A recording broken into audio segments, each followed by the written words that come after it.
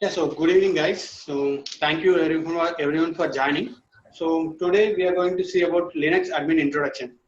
So why we started this class? That's what I'll just start with the brief introduction. And I guess everyone able to hear me, right? Like, am I audible to everyone?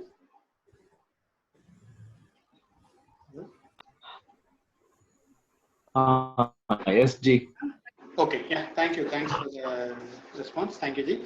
So yeah, we'll just today we are going to start with the Hadoop admin course. So we are going to start the course. So because of that, what we are going to do is we are going to see how Linux admin can turn into a Hadoop admin. That's what we are going to see today. So the basics of Hadoop is anyway the Linux. So Hadoop is not something that just comes up.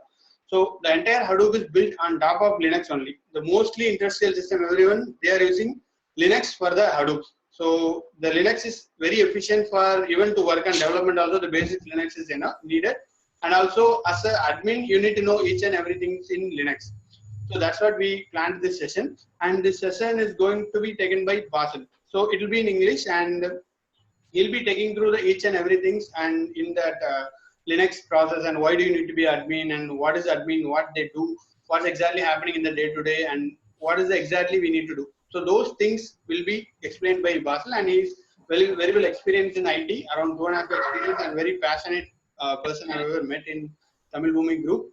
So yeah, that's it from my side. I'll just hand over the session to Basil and take care of the session. Yeah, Basil, you can take care. Yeah. Yeah. Hello, am I audible to everyone? Yeah, you're audible. Yeah, just a second. Just a second. Let me just share the screen. Okay, hope you're able to see the screen, right? Yeah. Yeah, we can.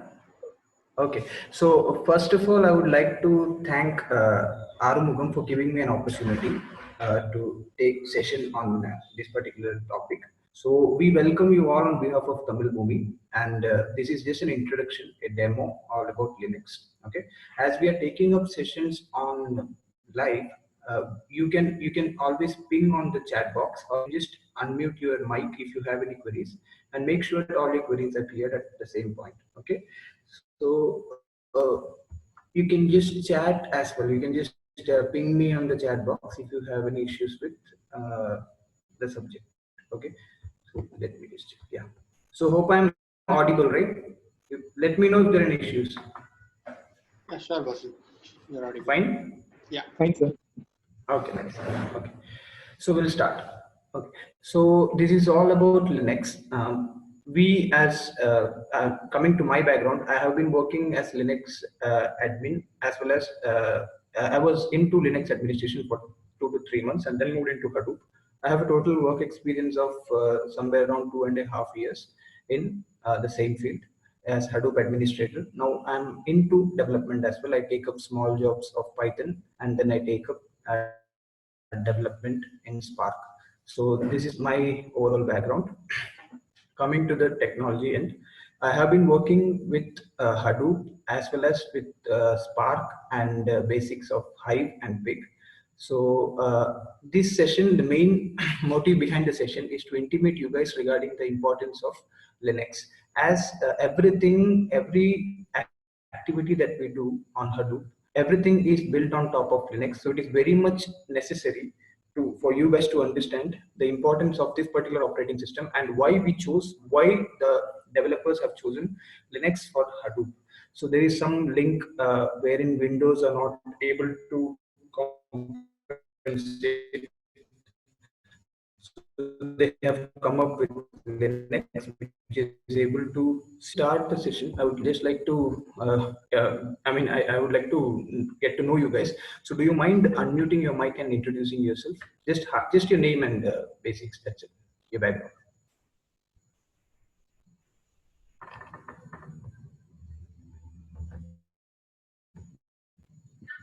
Hi, this is Dinakaran. I'm an AX administrator. I have 12 years experience in that. Sorry. I'm Dinakaran. So I'm 12 years experience in AX Center. This is my purely AX. What about others? Hi, Hello. yeah, this is Vijay from Ambattur. Currently, I'm working on an incident management professional. I myself are simply looking for the jobs in Hadoop administration. Okay, nice.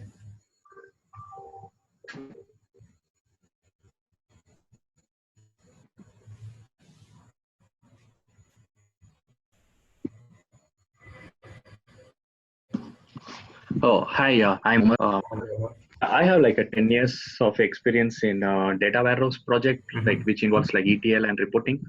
The technology is like mostly like Microsoft and Click and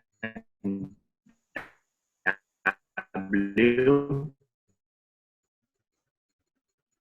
Okay, like last 1 year I've been working like a in Tamil Bhumi, and then only I just from Microsoft to the Hadoop one.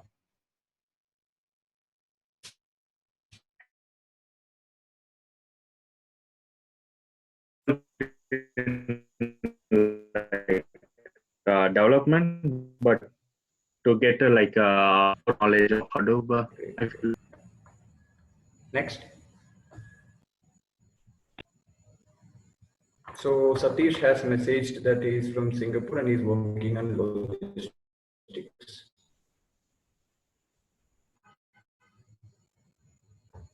So are we done? Okay. Hope that we're done. So we'll start with the session. Okay. So just okay. Before understanding Linux, okay, we need to understand what is an operating system. This particular term, operating system. It's simple. Operating system is nothing but a program which enables the hardware to communicate with the software. Okay. So, what is Linux? Is Linux an operating system? Anybody can. I want. Yes. How many of you say that Linux is an operating system?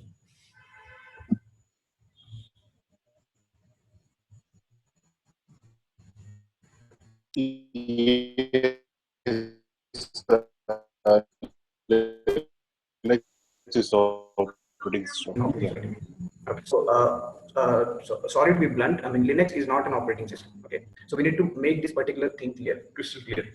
So Linux is not an operating system. Linux is nothing but a kernel. Okay.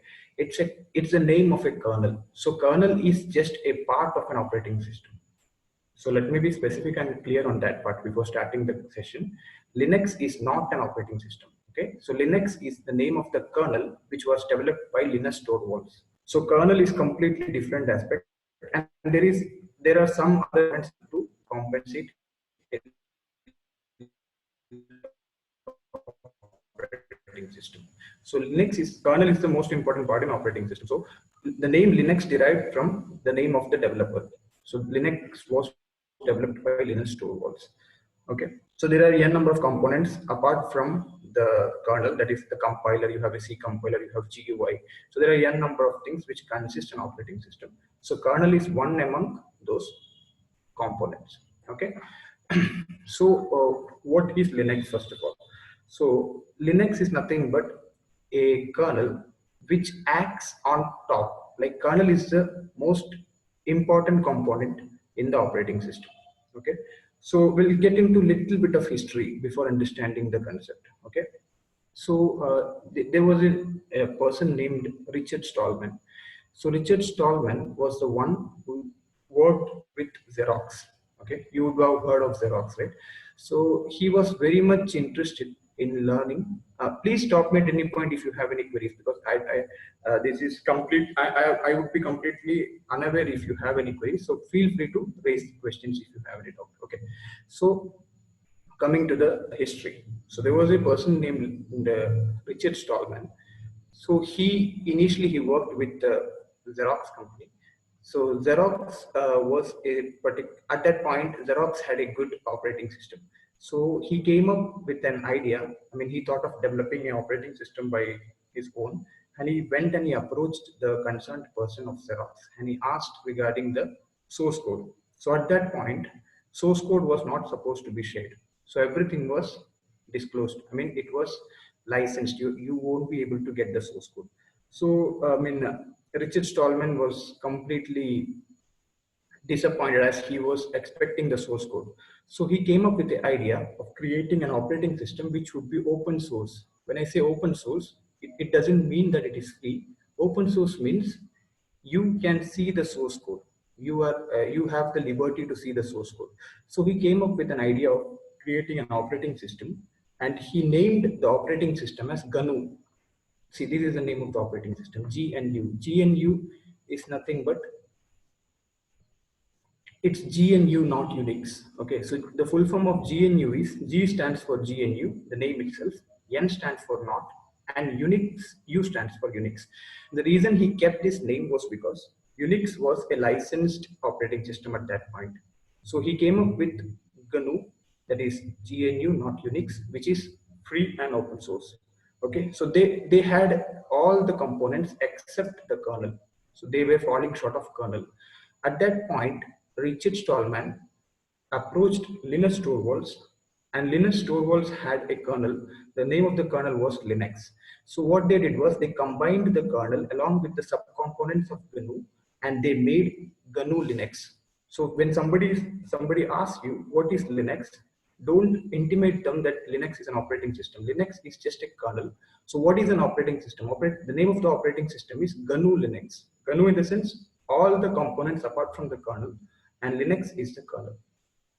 Am I clear on that part? Please feel free to raise questions if you have any. Yeah.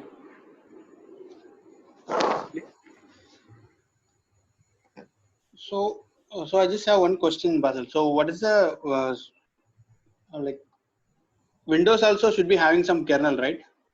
Yeah, Windows is having kernel. Okay, but it is a operating system. It's an operating system. Okay. Windows is having a kernel, and Windows has other components as well, right? Okay, yeah, okay, but Linux is just kernel. Linux is just a kernel. You have other components like compiler, and then you have the user interface. So there are n number of components apart from the kernel. Okay, yeah, makes sense. Right? Yeah. Okay. So moving forward.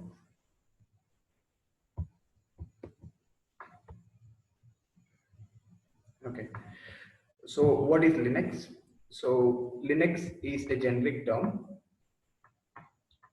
referring to Unix, like graphical user interface based on computer operating system. Okay. So this is just an understanding of Linux. Next, coming to the advantages. Before getting into the core of Linux, we need to understand the advantages of Linux. What is the advantage of using Linux operating system? Okay, so as I intimated you prior, that Linux is an open source operating system. What do we mean by open source?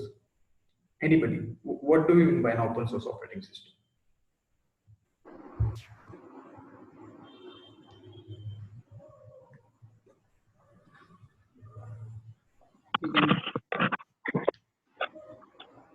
No need the license. No need of No need license. to, yeah. Correct. No need of license. So I'll just explain it a bit clearly. So what could you just mute your mic, friend? Okay. So what do we mean by that? When I say we don't need license, that means we have the liberty to play around with the operating system. Okay. So when it comes to Windows, you don't have the liberty to play around with the operating system because Linux comes with restrictions. Restrictions in the sense you are not supposed to get into some directories, or they have created in that such a way that it is very difficult for a person to play around with the operating system. But when it comes to Linux, you can see the source code and you can change it according to your requirement. So that is the way, that is a very good advantage when it comes to Linux, because you have the liberty to change the code according. You can create a customization of your own Linux. That is nothing but a distribution. Okay, what is a distribution? Distribution in the sense, companies from different arena would create their own distribution from the Linux kernel.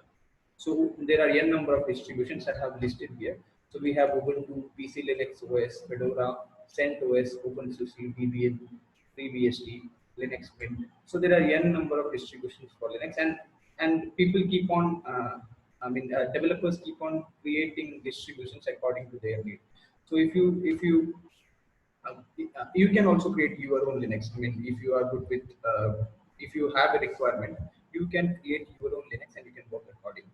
So we would be working from CentOS perspective. So we are using CentOS. If you get into companies, most of the companies would be using CentOS distribution of Linux. Ubuntu is mainly used for demonstration purpose, but when you get into companies, you would be forced to get into CentOS. And coming to the distributions, there would be a slight difference in commands, but most of the commands would remain the same. The update command and some other basic commands would differ according to the distribution, but most of the distributions would be having the same command line. Okay, yes. Okay, so coming to Red Hat, so Fedora and CentOS are products for Red Hat distribution. So you would have heard of Red Hat. So two competitors for Linux distribution is Red Hat and Debian. So Debian is having Ubuntu as the flavor, and Red Hat is having CentOS. So CentOS is nothing but a flavor of Red Hat distribution. Am I clear with that part? I mean, distributions and open source.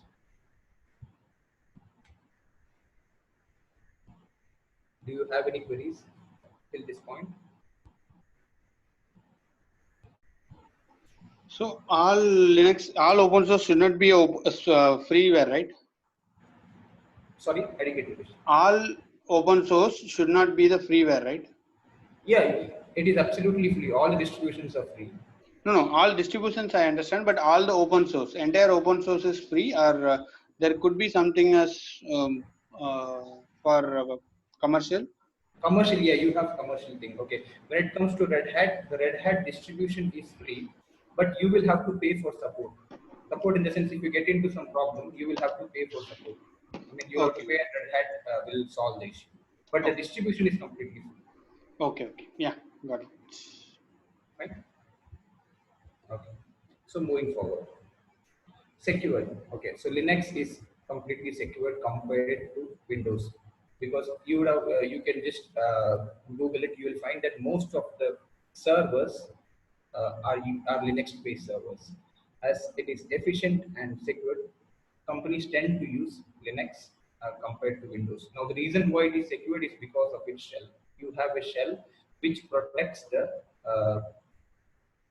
let's say vulnerability. If there is a vulnerability, you have a shell, and it is very difficult for the attacker to bypass the shell and get into the operating system level, because it is in each and every operation you are expected to put a sudo command. Sudo is nothing but super user do. So you are expected to put a sudo for every operation, and there are other security levels as well. So it is very difficult to bypass the Linux shell and get into the computer.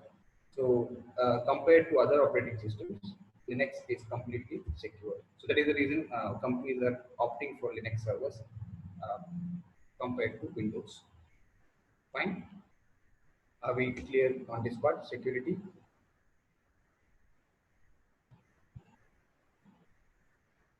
Okay. So I hope we are clear with this part. Moving forward. Cheaper, as we had discussed earlier, Linux is cheaper. Reason because it is open source and you don't have to pay for Linux distribution. You can download the ISO image for free, whereas in Windows you are expected to pay amount and get a licensed version, and you will have to renew it further. So in Linux you don't have that pain of paying. You can just download the ISO and you can work directly, and there is no such restrictions as well. Okay, so you have a GPL, that is General Public License for Linux, wherein the user, what is expected from a Linux user. Okay, the expected thing is you are expected to download it, customize it, and share your code. Okay, so that is the main I would say the motive behind Linux. So Linux is nothing but sharing your code. You are expected to share your code to the society. So what happens is when you share the code to the society, they will make that improvise. They will make that change to the operating system. So it's all about a community. So Linux was not, I mean, the first important thing that I would like to make crystal clear here is Linux was not developed by Linus Torvalds alone. Okay, there was a whole community working behind Linux. So when I say community, there are n number of people from different part of world working on Linux kernel, and still they are working because there are n number of customization happening, and it's not job of one guy. It's a community that is working completely from different background. Okay, so it's a whole community working for this particular operating system. So if you are willing to work, you can approach. I mean, there is a particular site wherein you can log in and you can contribute to the community. If you are willing, you can customize your Linux kernel and you can contribute to the community. If that suits the requirement, they would be taking up your change and they would be deploying it on the Linux kernel. So that is how the whole thing works. Okay. So am I clear on that part? Hey, Basil, like one quick question based on this one. You're saying it's cheaper, right? But Correct. why it's not commercialized much? Like I'm not talking about server, okay? Look about all our laptops, right? Everything is commercialized on Windows, right? Why the Linux, not Linux, like GNU is not come into picture for commercializing for like everybody? Means not at the laptop level, like. Okay, so let me be clear on that part. So we need to understand the open source thing first. Okay. So open source means what is the main motive of the community? The main motive of the community that everybody should contribute to the kernel. Okay, so there is a kernel and people from the world is contributing to the kernel. When I say contributing, they are adding their value. Now when you ask question like what do they get from doing that, they are doing that absolutely for free, correct? So they don't get anything out of that, so they are doing that for free. They are just doing out of their interest. So let's say we have a group of 10 people. Okay, so we are willing to do something on the kernel. Okay, so if the particular thing is commercialized, okay, let's say the Linux operating system is commercialized, then what happens is there's a barrier. I mean, people won't be able to contribute. So the main motive of this particular operating system is contribution from everybody.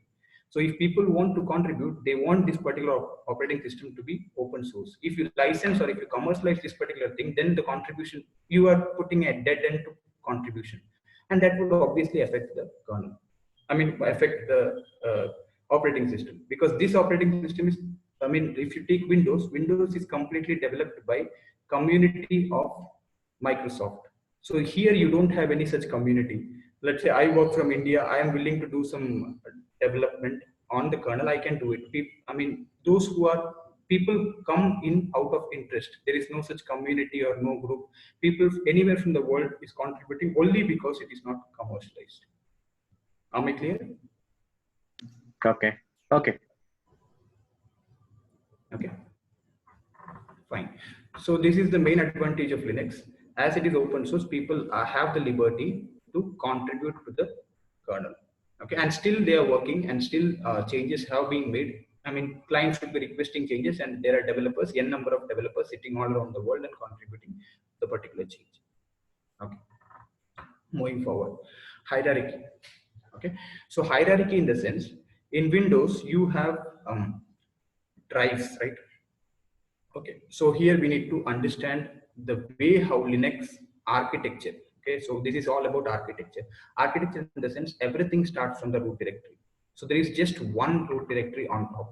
Okay, that is a / anything. I'm going to use that. So anything you create on Linux would be created under this root directory. Okay, so there are folders like bin, opt, boot. So these are all system generated folders. I'm sorry. Okay, so you have a home folder right here. Okay, the moment you create a user in this particular operating system, what happens is you would be having a folder with your name, okay, inside the home directory, and all your folders and files would be residing inside your home directory. So that is the advantage in home. This is completely centralized. I mean, you can easily, I mean, it is very much important for you guys to understand the architecture before getting inside the core Linux. Okay, so it is very much important. We'll go through the thing in demo. This is just for your understanding. We'll get into demo and we'll understand how things work. So everything starts from root, and thereon you have home. Inside home, let's say you have 10 users, you would be having 10 folders of different users, and all the respective files and folders of those users would be residing inside the respective user folder. Okay, so there are other folders as well. We will discuss in detail. This is just for your understanding. Okay. Okay, next question. Why should you learn Linux? Okay, so it's all about Linux, like it's free and all those things. So what is the point of learning Linux? So I have given some basics, like just to make you understand the importance of Linux. So every time you use Google or Facebook, I mean, they are communicating with servers which is running on Linux. And if you use Android phone, again, it is another flavor of Linux. So Linux is everywhere. I mean, smartphones,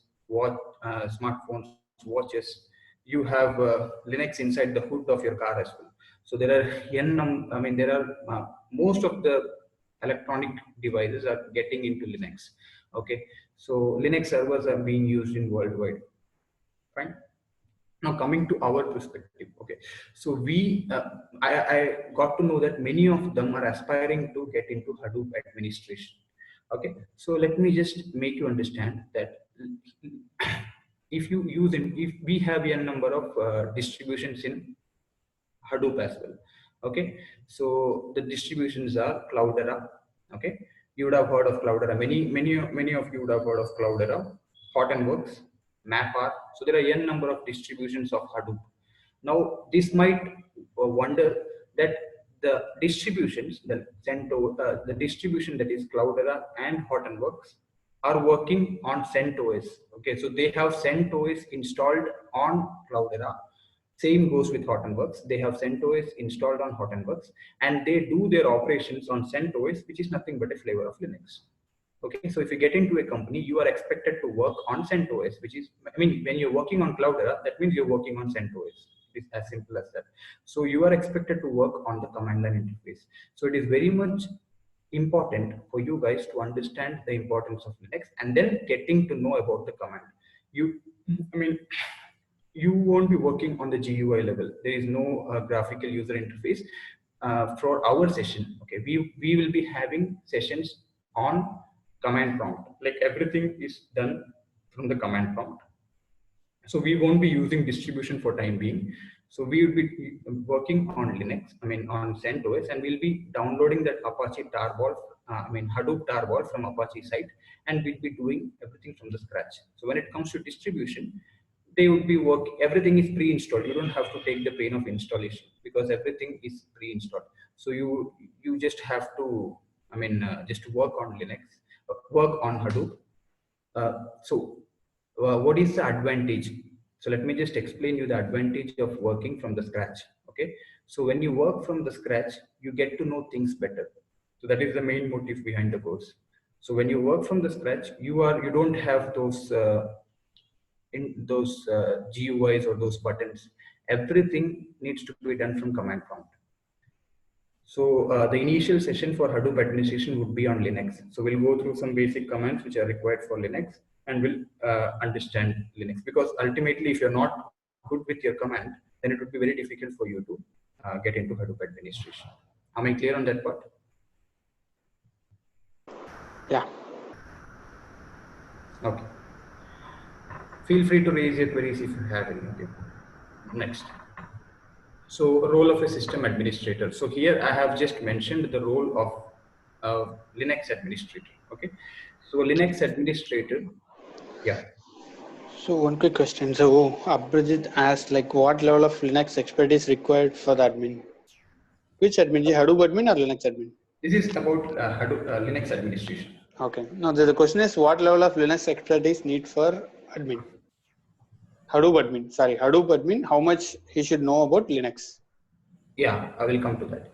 Okay. So the first thing about Linux is you should be good with your file commands. There are file handling commands. There is text processing commands. You have administration commands. So I have listed all those commands after this slide. So we'll get into that. So this is just an overview idea of Linux administrator. I'll come to your question. I'll answer it as we have those slides behind this. Okay. So we'll get to that question. So this is just an idea about the role of a system administrator. Okay, that is a Linux administrator. These are some basic jobs which you would have heard of. Okay, so it is all about managing internet applications like DNS, Radius, Apache MySQL, installation of MySQL, PHP, you're expected to work on PHP as well. I mean, just on the installation part. Okay. Coming to backup of data, administrator is responsible for taking a backup. If there is any loss in data, the administrator would be held responsible. Okay. Then you have scheduled duties. The main job of an administrator, to be frank, okay, the main job of an administrator is automation. Okay, what do I mean by automation? Automation in the sense bash scripting. Many of you would have heard of bash scripting. Okay, bash scripting is nothing but, let's say you have 3 to 4 jobs which are expected to run on a daily basis. Okay, so as a system administrator, as a Linux administrator, you are expected to write scripts. Okay, you write scripts, and what you do is you run the script every day. You won't be doing those tedious jobs every day. So as a Linux administrator, you should be in a position to automate your task. Okay, so you should be in a position to automate your task so that you should not be doing all the jobs. You write the list of jobs that you're expected to do. You write a for loop, like for I equals to 0, you give the condition and run those jobs on a daily basis. So you have a cron tab. So I guess many of you would have heard of cron tab. So cron tab is nothing but writing down your jobs on a hourly basis, hourly minute basis, on which day you are expected to do a job. So there are n number of scripts which you can run on Linux level to get your job done. Fine. Okay. Yep. Okay. Moving forward, coming to commands, as we had discussed just a second prior. 1 second. 30. Okay, so we had discussed just a second prior regarding the commands. So these are some file handling commands. Okay, so we have I have just segregated into different commands. So we have other commands as well. So as a PPT presentation, I couldn't list down all the commands. So we'll get into that in detail. Okay, so this is just for your understanding. So we have file handling, text processing, process management, system administration, archival, and file systems. Okay. So we'll get in a small, after this PPT presentation, we have a demo. We'll get into demo and we'll get to know about the commands and the hierarchy of Linux. This is just for our understanding.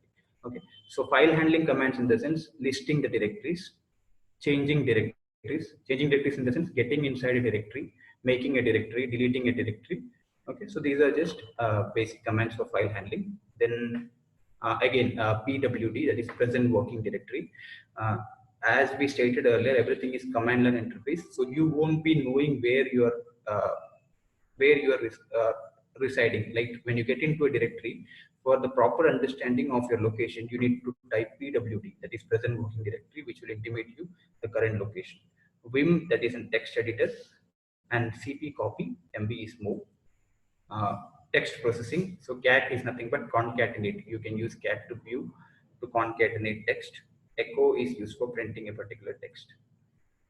System administration, ch mode and ch1. Ch mode is nothing but changing the mode of a particular file folder. Ch1 is changing the owner of a particular file or folder. Okay. So we'll get into the commands. For time being, do you have any questions till this point? So far we have discussed about the Linux architecture basics and just a demo. So far, if you have any queries, feel free to raise it. Okay, if you regarding the topic, then we'll get into the demo and we'll get to know about the commands.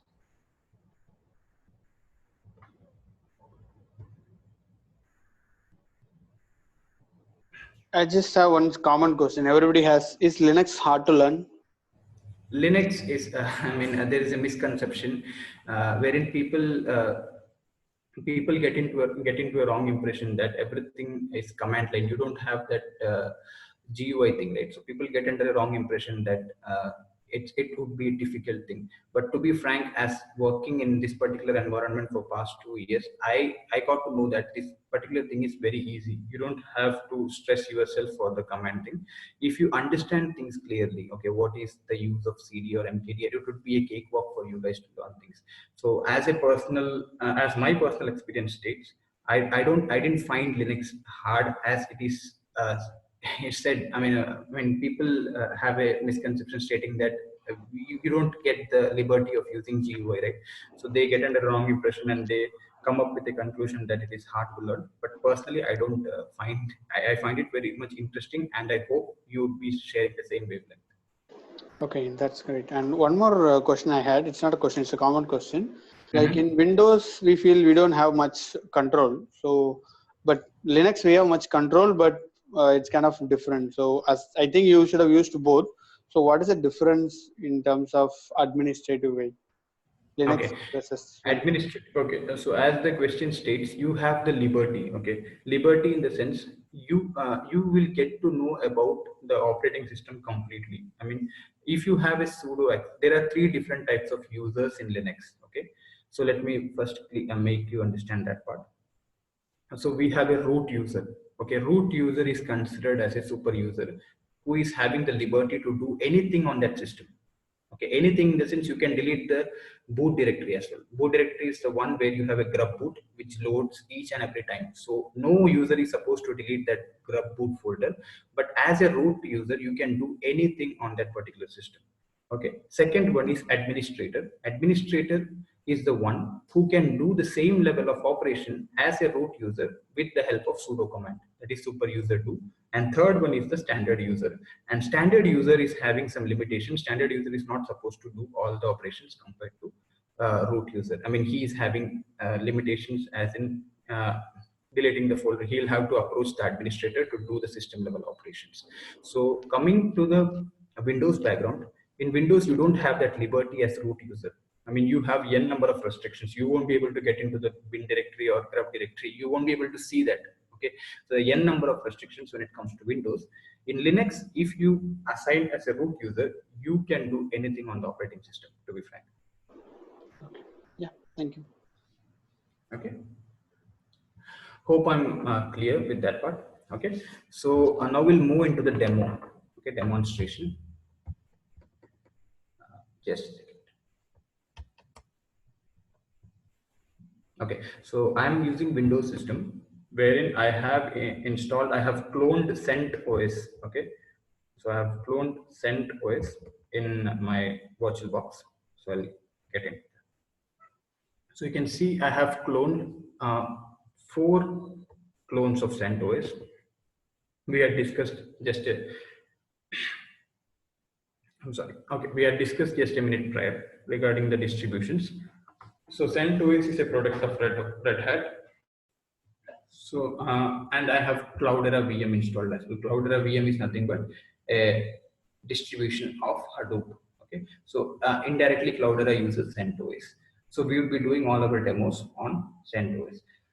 So here, this CentOS, I recommend you to install minimal version of CentOS. So there are 3 different versions of CentOS. So we have a minimal version, we have one with GUI, and we have everything version. So I have installed 4 minimal versions of CentOS and 1 with GUI. Okay, just to make you guys understand. So this CentOS 1 is minimal version of CentOS. I'll just show you the page and the prompt of minimal version of CentOS. So this is the minimal version of CentOS. So we need to just click on the code, which is the kernel. So kernel is booting on the background.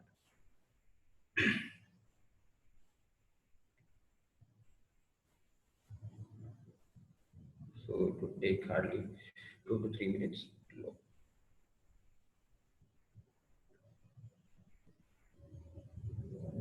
So it is booting on the background.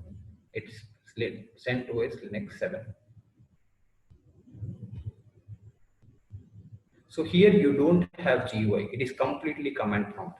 So here everything is command prompt. This is the minimal version of CentOS. So I enter the username and I enter the password. Boom, you are inside the command prompt.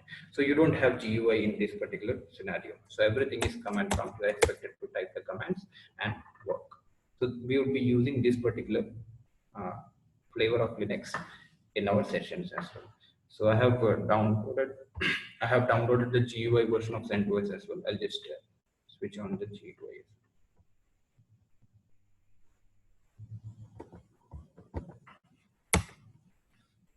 So this is the GUI version of CentOS.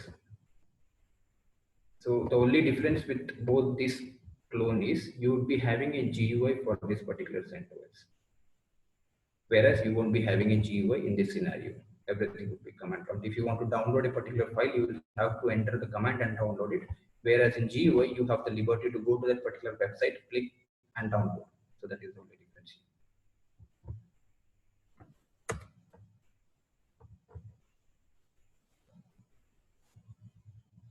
So this makes things a bit easier, but I would recommend you to go with minimal version.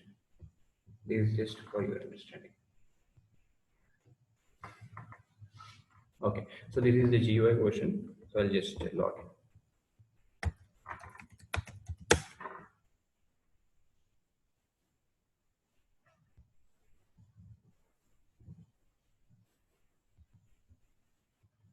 So this would take a bit longer time compared to the minimal version as the GUI needs to load. Okay. So this is GUI Centos 7, the same version. So here you have a wonderful GUI and all the applications you can drag and drop. You have the liberty of you'd be familiar with this particular thing. So you have all the options like Windows. Okay. So it would be easier compared to the menu. So you can open terminal by right click and then you can click on open terminal. So this is a terminal. So this would be a bit slow compared to the minimal version as you have GUI installed. Okay. So we'll just close this particular thing. So hope you're clear with the difference between minimal and GUI. So I've switched off this mission. Okay. Now coming to this particular thing. So I recommend you guys to install the minimal version of Centos. Okay. So we'll get into some basics of Linux. Okay. So we had seen some commands relating to file processing, text processing, and administration. So we'll get into basics first.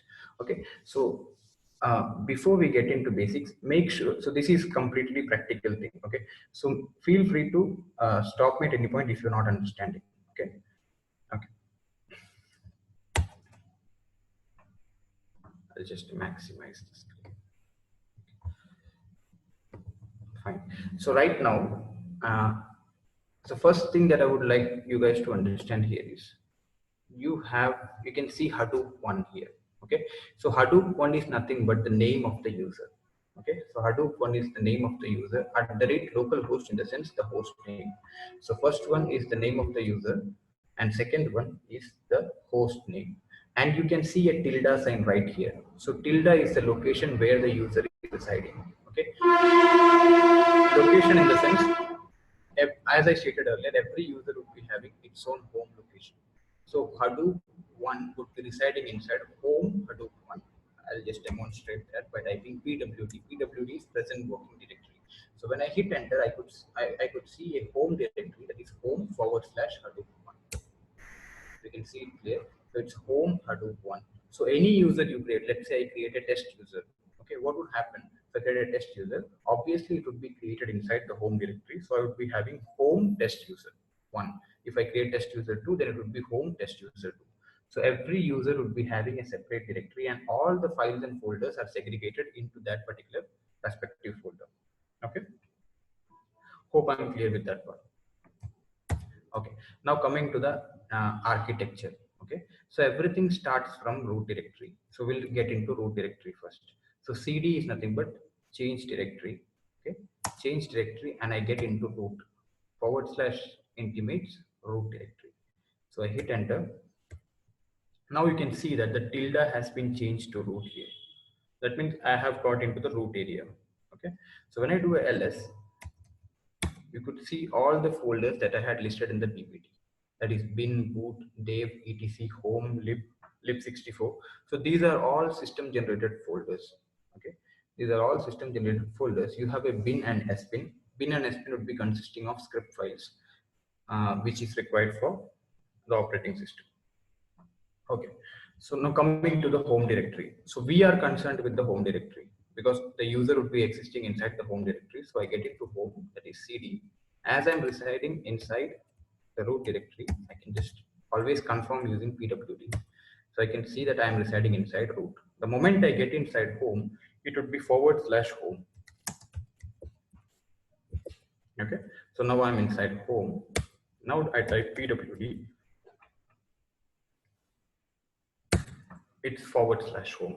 And if I do a ls here, that is listing what is residing inside the directory, I could see Hadoop 1 folder for sure, because I don't have any other user apart from Hadoop.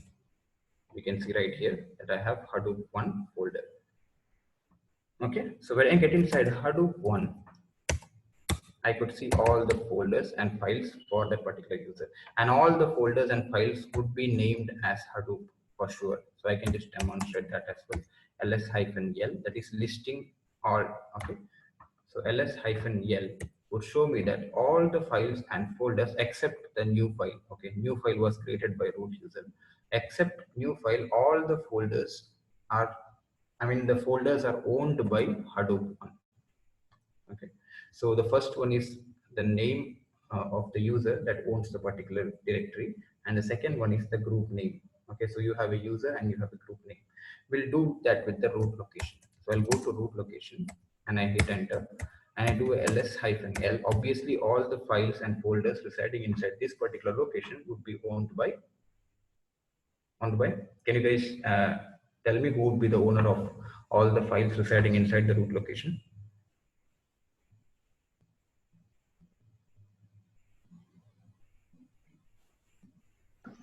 Root.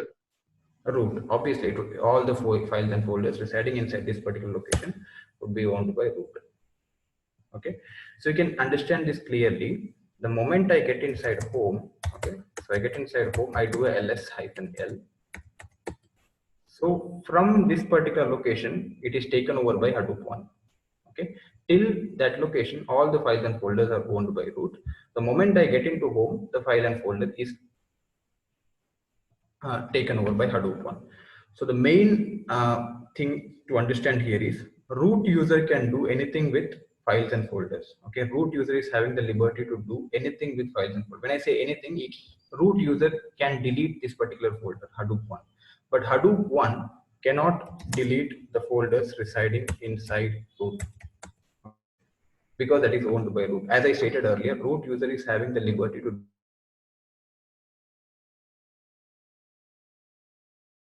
operating system. So hope you guys are clear with the hierarchy. Now we'll get inside the user and we'll just get into some basic commands.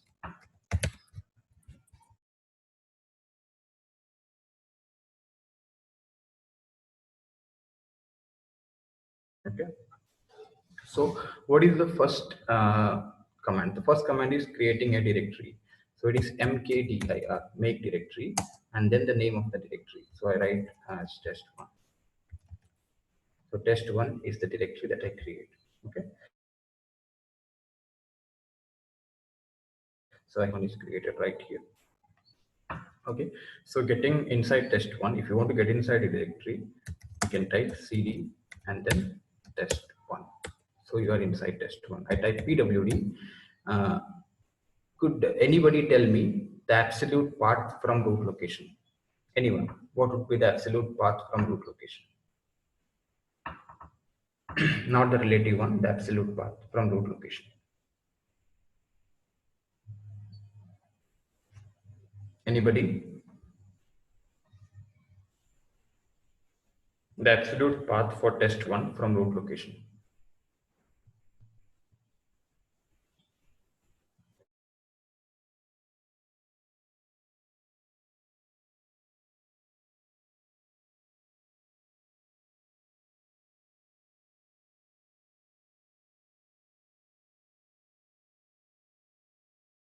Simple, right? So everything will start from root, and then root you will be having a home folder, then Hadoop 1, test1. Okay, it's as simple as that. Now I am inside test1. How will I get to know where am I? So I'll do a pwd to confirm the location. So I get to know that I'm inside test1. Okay. Next one, you have the liberty to create files as well, right? So coming to files, so touch command is used for creating a file. So I type file1. Okay, so this would be a blank text file. Okay, so So this is a blank test file. How to confirm this file or folder? So I create another folder named as file mkdir folder. So if I do ls, you can easily differentiate. The one with blue one is the folder and white one is a file. Okay, so you need to identify here on the basis of color. Okay, now this will vary from distribution. If you get into Ubuntu, it won't be the same color. Okay, so make yourself clear. This is just for CentOS. If you get into different distribution, the colors might vary. So this is system configuration customization. Okay, so they have customized blue color for folder and white color for file. Okay, so easily you can identify. The other way of identifying is just do a ls-l. Okay, so the one with this particular hyphen in front would be a file, and the one with d in front, d stands for directory and hyphen stands for a file. Okay, so you can differentiate in this way as well. The one with hyphen in the front would be a file, and the second one, a d in front of the particular permission, would be a directory. Okay, so this is a listing. I have file and folder. Now next command is about text processing. So how to process a text? So the first command is cat, that is concatenate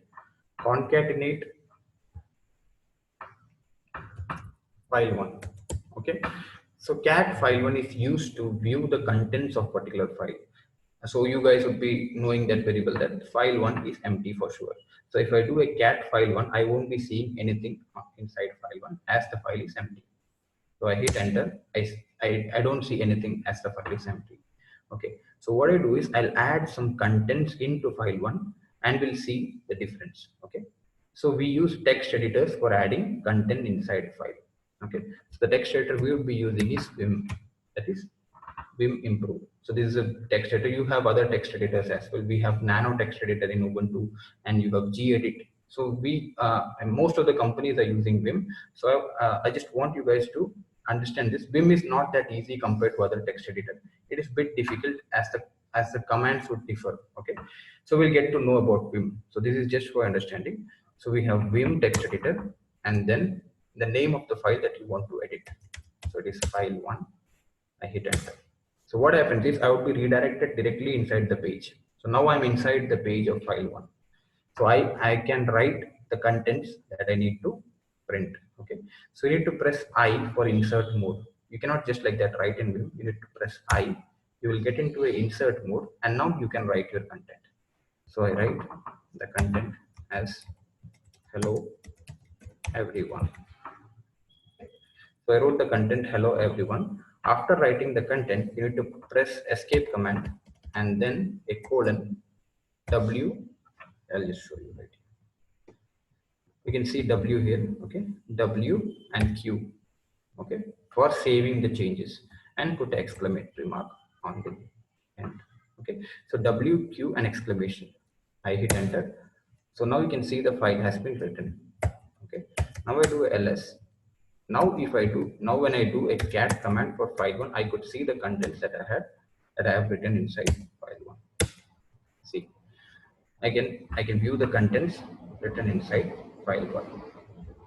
Okay, so this is how you write the contents inside file. Okay, so there are other features for cat as well. Okay, the other features I'm not getting into all the commands as we have limitation of time. So I'll just make you understand the importance of cat command. Okay, so let's say I want to replicate this particular file to another file. Okay, so what I do is we have a concept. Just a minute. Yeah. And in that file one is which extension is All to the say we don't have the file one which Correct. extension No, I'll come to that. We don't have the this one concept of dot text file or anything else. correct dot text file. We don't have the concept of extension here. In Windows, we have Word file, we have Excel file. We don't have the concept of extension. All the files are text extension files. That is txt. Okay. Thank you.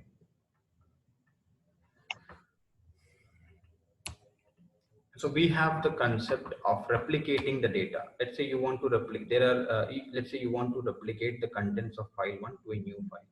Okay. So we have the concept of replication. So you can do easily with cat command. Okay. Let me demonstrate that particular thing. Let's say I want to replicate the contents, that is hello everyone, to a new file named as file 2. So what I do is I type cat, okay, file 1. I put a redirection operator. Redirection operator means copy all the contents of file 1, okay, to which file? To file 2. So what happens is all the contents residing inside file 1 would be copied to file 2. We don't, the main idea, the crux here is you don't have file 2 residing in this particular location. Okay, make that clear. You don't have file 2 residing in this location. So what happens is it will first create file 2 in this location, and then it would copy all the contents of file 1 into file 2. Okay, so what will happen on the background? First it will create file 2 in this location, and then it will copy all the contents residing inside file 1 into file 2. Okay, so let's see what happens. I hit enter, I see ls, I could see file 2 residing in this location. Okay, so now I do cat file 1, I could see hello everyone, and I do file 2, I could see hello everyone. Okay, so what happened? It created file 2, and then it copied all the contents of file 1 into file 2. And there are other sub options for cat as well.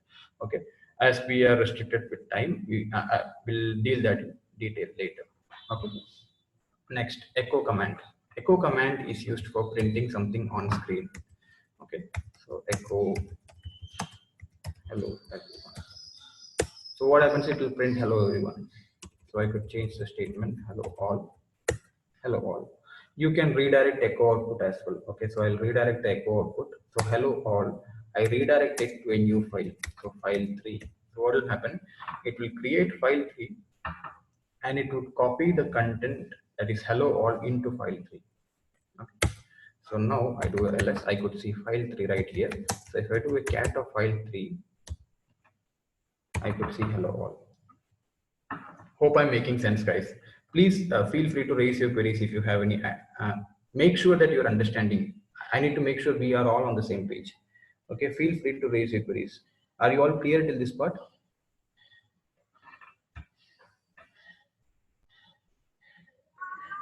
Yes, President. Okay, nice.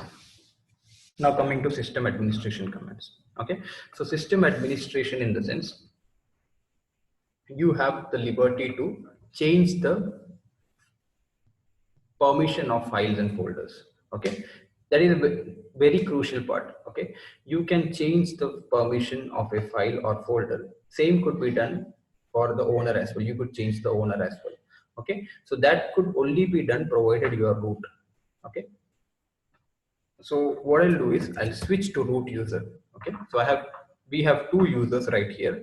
One is root user and second is Hadoop one, which is administrator. So let's say if I create a new user, obviously the third user would be a standard user, and henceforth all the user after the administrator would be standard users. Okay, so what I'll do is I'll switch to root user. When I get into root user, I have the liberty to do anything on the computer. Okay, so make sure if you're getting into root user, make sure any operation you do, think twice before doing that operation. Okay, because you will end up ruining the whole operating system if you are not aware about system commands. Okay, if you're switching on to root user, make sure you think twice before executing an operation. Okay, so I'll switch to root user. SU is for switching user. Okay, SU is switch user to root. Okay, so what will happen is the moment I switch user to root, it would be root@localhost.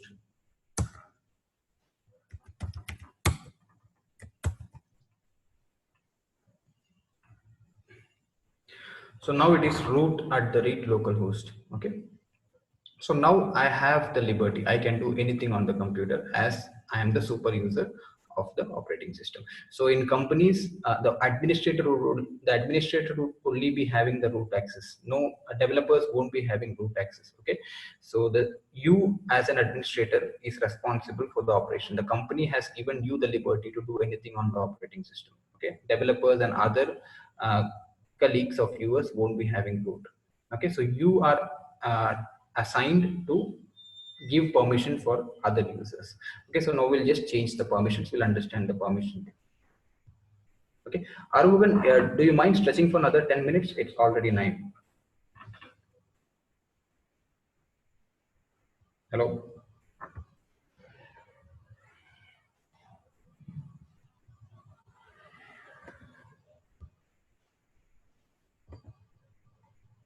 Okay, so I will stretch for another 10 minutes. Fine? Fine with you guys, right? Yes, sure. Okay. So we'll just get to know the permission thing. Fine. So now I'll do a ls-l. Okay. So I can see that all the folders and files are owned by Hadoop and root. Okay. So what I'll do is I'll first change the mode of the particular operation. Changing the mode of the particular operation in the sense, we need to understand this particular thing first. Okay. We'll get from the desktop level. Okay. So right here we have read, write, and execute. Okay. So this is R stands for read, write stands for write, W stands for write, and X stands for execute. Okay, so we have RWX, and then we have R, a hyphen, and X. Hyphen is the write permission is disabled for this particular stage. Here you have read, and you have a hyphen, which means write is not given to that particular user, and you have execute. Now we'll segregate this particular thing. So this RWX is for user of desktop, that is Hadoop one. Okay, R-X is for the group is again Hadoop one. Okay, so there is no write permission for the group. Okay, so n number of users can form a group. So giving a permission to a group indirectly means giving permission to all users. Okay, and then we have R. Oh, just a second, hang on for a second, guys.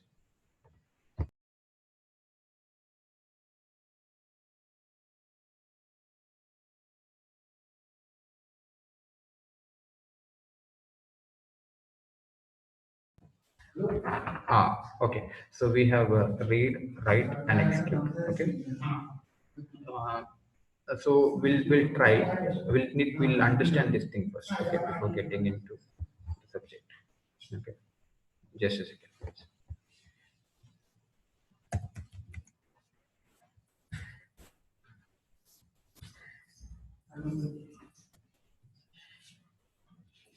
So there's a read, there's a write, and then you have execute. Okay, so these are all the modes of operation. Okay,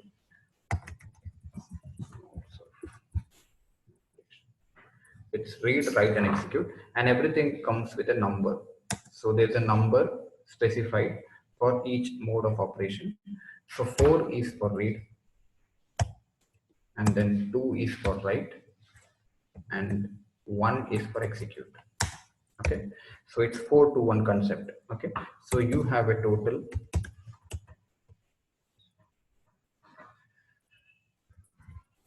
of 7.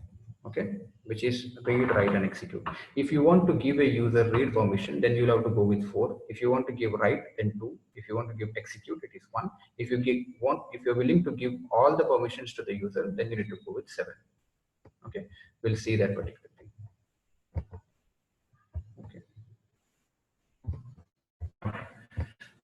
So could you guys tell me what is the permission number for desktop? What is the permission number for desktop? Anybody?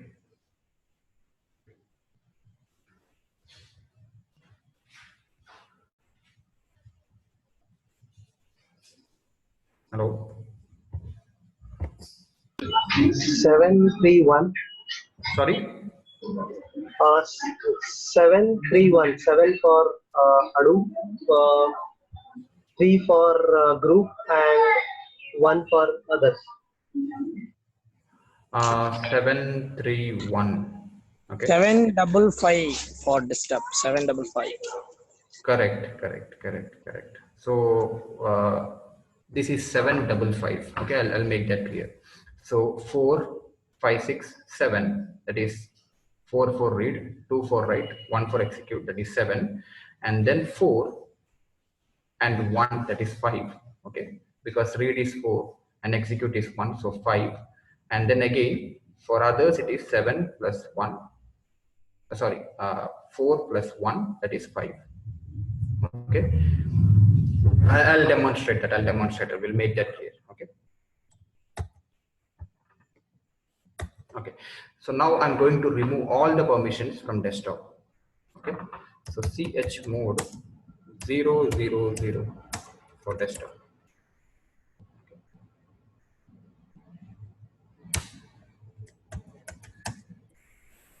Plus -L. Now you can see all the permissions have been removed from desktop. Okay. Now let's say I want to give 7 permissions. 7. Okay, that is read, write, and execute for user. You need to be specific here. You cannot just like that write 7. 7 for what? 7 for user, group, or others. So if it is user, then make sure that you give 7 for user. Okay. So we'll go with that. So chmod. Okay. 7, because I need to give read, write, and execute for the user, and I write 700. Okay, 700 in the sense 00 for others and group for desktop. So you can see read, write, and execute permission for desktop. Okay, so let's say now I need to give only read permission for group. Okay, so it is chmod 7 all permissions. And what is the permission for read? What is the permission for read? Let's say I want to give read permission to group. What would be the number? Only for group. 4. 4. Okay. So 740, right? Because I need to give read permission for group and no permission for others. Okay. So desktop.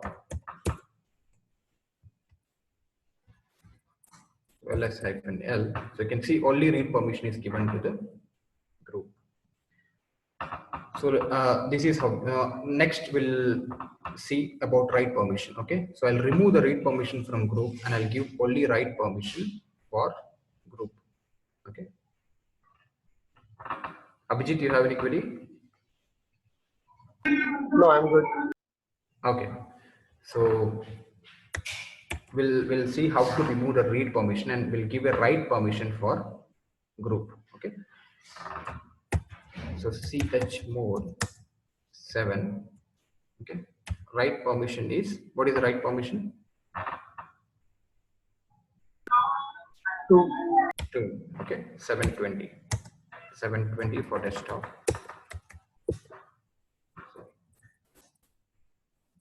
So you can see that the read permission has been disabled and the write permission has been enabled. Okay, now we'll make things a little bit more easier. Okay, so chmod, let's say I give 444 for desktop, which means I'm giving read permission for all the users. ls-l. See, read. Okay, now we'll go with write. Okay, so chmod 222, that is write permission for all the users. You can see write. Okay, now we'll go with execute. Execute is nothing but 111. Is execute. If you want to give all the permissions to user, you can go with 777. That is all for user, all for group, and all for others. Read, write, execute. Hope I'm clear with this particular thing. chmod. Okay, this is very important when it comes to, this is a part of Hadoop Linux administrator's job. Okay, now coming to changing the owner of that particular folder. Okay, so let's say I want to change the owner. Now the folder desktop is owned by Hadoop 1 and the group of the particular folder is Hadoop 1. So I'm going to change Hadoop 1 to root. Okay. So the operation is chown. Chown means change owner. Okay. Change owner and write the name of the owner that you want to assign. So I write it as root. Okay. So root means the name of the user that the folder owns, colon, and again I write root, which means the group that owns the particular folder. So this one is for the user, this one is for the user, and second one is for the group that owns the particular folder. Okay, right? Desktop. Now you can see the owner permissions have been changed. Now it is root owner and root group for desktop. Okay. So these were some basics of Linux. We are running out of time. I thought of demonstrating other some commands for the process as well. So we'll do that later. Fine. So hope you guys have understood the commands. If you have any queries, please feel free to raise it. Hope I am clear till this point. Is it okay?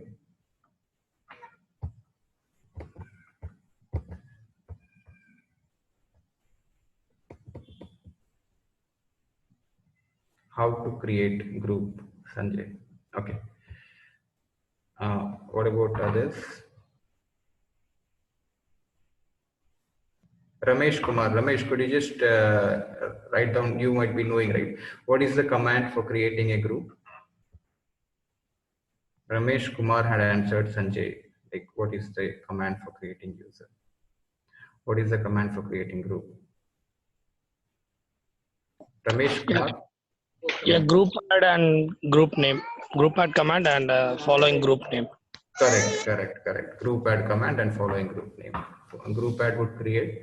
Group add is the command for group for adding a group and the name of the group that you add. Okay. So cat. 1 second.